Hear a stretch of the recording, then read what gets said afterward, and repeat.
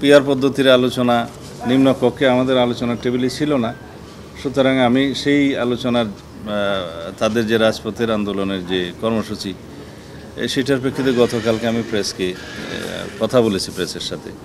সেটা হচ্ছে কারো রাজনৈতিক অধিকার, গণতান্ত্রিক অধিকার আছে কোনো দলের যে কোনো বিষয়ে তাদের চাহিদা অনুসারে জনগণের সামনে বক্তব্য দিতে পারে, আন্দোলনের কর্মসূচি দিতে পারে। সেটার বিপক্ষে আমাদের বক্তব্য নিয়ে আমরাও রাজপথে বক্তব্য দিতে পারি, দেব। আমাদের তাদের বিপক্ষে যে বক্তব্য আছে সেটাও আমরা জনগণের সামনে নিয়ে যাব। এন্ড অফ দি ডে জনগণই তো ডিসাইড করবে কি সিদ্ধান্ত নেবে। আমরা রাস্তায় কি কয়টা জনসভা করলাম, কি কয়টা মিছিল দিলাম, তার উপর ভিত্তি করে কি পিআর নির্ধারিত হবে? সেটার জন্য তো একটা প্রক্রিয়া আলোচনার টেবিলে আসতে হবে। সেই আলোচনার টেবিলে আমরা আছি, সেটা এখনও অব্যাহত আছে। কিন্তু সেটা বাইরে রেখে আমরা যদি এই সংস্কার প্রস্তাবগুলো বাস্তবায়নের জন্য যে আলোচনা আছে সেটাকে বাইরে রেখে সেটা বাস্তবায়নের জন্য যদি আবার রাজপথে যায়, সেটা কিন্তু সবিরোধিতা। আর পিআর প্রশ্নে আমাদের বক্তব্য আগেও দিয়েছি। পিআরের মাধ্যমে সবসময় একটা অনিশ্চিত সরকার ব্যবস্থা থাকে এবং ঝুলন্ত পার্লামেন্ট থাকে এবং কখনো মেজরিটির ভিত্তিতে সরকার গঠন করার মতো মেজরিটি পাওয়া যায় না, এবং সেই রাষ্ট্র ব্যবস্থায়, সরকার ব্যবস্থায়, সংসদ ব্যবস্থায় তখন রাষ্ট্রের এসপিরেশন, জনগণের এসপিরেশন পূরণ করা যায় না। তার উদাহরণ তো আমাদের পার্শ্ববর্তী অন্য একটা দেশে ইতিমধ্যে আমরা দেখেছি, আরও অনেক উদাহরণ আছে। তা আমরা সেরকম একটা অনিশ্চিত ভবিষ্যতের অঙ্গীকার করতে পারি না। ধন্যবাদ। আমি বুঝি নির্মাণের শিল্প, সালাম স্টিল বোঝে durability. Salam steel, most durable steel. Article 48 অনুযায়ী তো রাষ্ট্রপতি প্রাইম মিনিস্টারের পরামর্শ ছাড়া এরকম রেফারেন্স কোর্টের কাছে চাইতে পারেন না। তো রাষ্ট্রপতিকে সেই সময় কে একটার পরে জবাবের পরে বাকিটা বলেন। রাষ্ট্রপতি যে রেফারেন্স পাঠিয়েছে সুপ্রিম কোর্টে, সেই রেফারেন্স পাঠানো সঠিক প্রক্রিয়ায় ছিল কিনা সেই প্রশ্ন তো সুপ্রিম কোর্ট উত্থাপন করেনি, চিফ জাস্টিস অ্যাপিলেট ডিভিশন তো উত্থাপন করেনি। জবাব তো ওখানেই হয়ে গেছে। ওখানে তিনটা নেসেসিটির ডক্ট্রিন আছে, যে which is otherwise not lawful, necessity makes it lawful. Second হচ্ছে স্টেট, মানে safety of the people is the supreme law, safety of the state is the supreme law. এগুলো মাথায় রেখেই মাননীয় চিফ জাস্টিস এবং অ্যাপিলেট ডিভিশনের জাস্টিসগণ সেই অ্যাডভাইজারি রুল হিসেবে ওপিনিয়ন দিয়েছেন। সেই প্রশ্ন তো ওখানেই নিষ্পত্তি হয়ে গিয়েছে।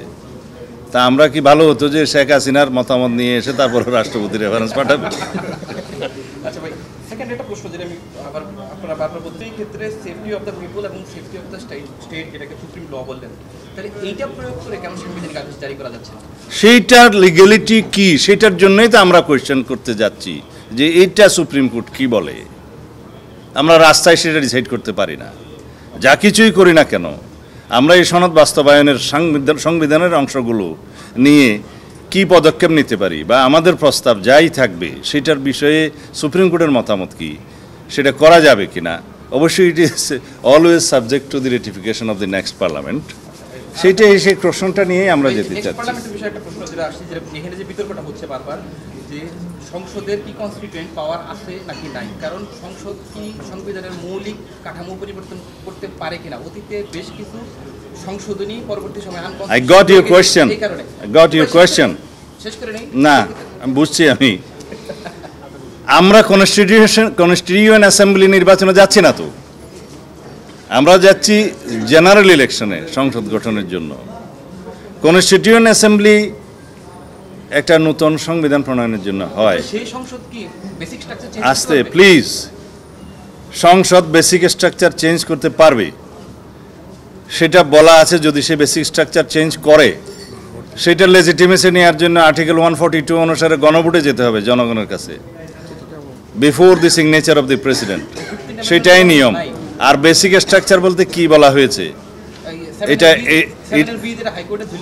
No no no no please, আমি বলি যেগুলা হাইকোর্টে 15th অ্যামেন্ডমেন্টে যেটা বলা হয়েছে void and ultra vires constitution to the constitution, সেই প্রভিশনগুলো উল্লেখ করা আছে 6টা। তার মানে 15th অ্যামেন্ডমেন্টের সেই দফাগুলো আনকনস্টিটিউশনাল ডিক্লেয়ার করা হয়েছে। প্লিজ, সেখানে বলা হয়েছে এগুলো অসাংবিধানিক ছিল, আনকনস্টিটিউশনাল ছিল। এবং 7 ক এবং খর কথা আপনি বললেন, সেটা নেক্সট পার্লামেন্টের এখতিয়ারকে ওখানে খণ্ডন করা হয়েছে এবং সংবিধানের প্রায় 1/3 অপরিবর্তনীয় ঘোষণা করা হয়েছে, সেটা নেক্সট পার্লামেন্টের এখতিয়ার।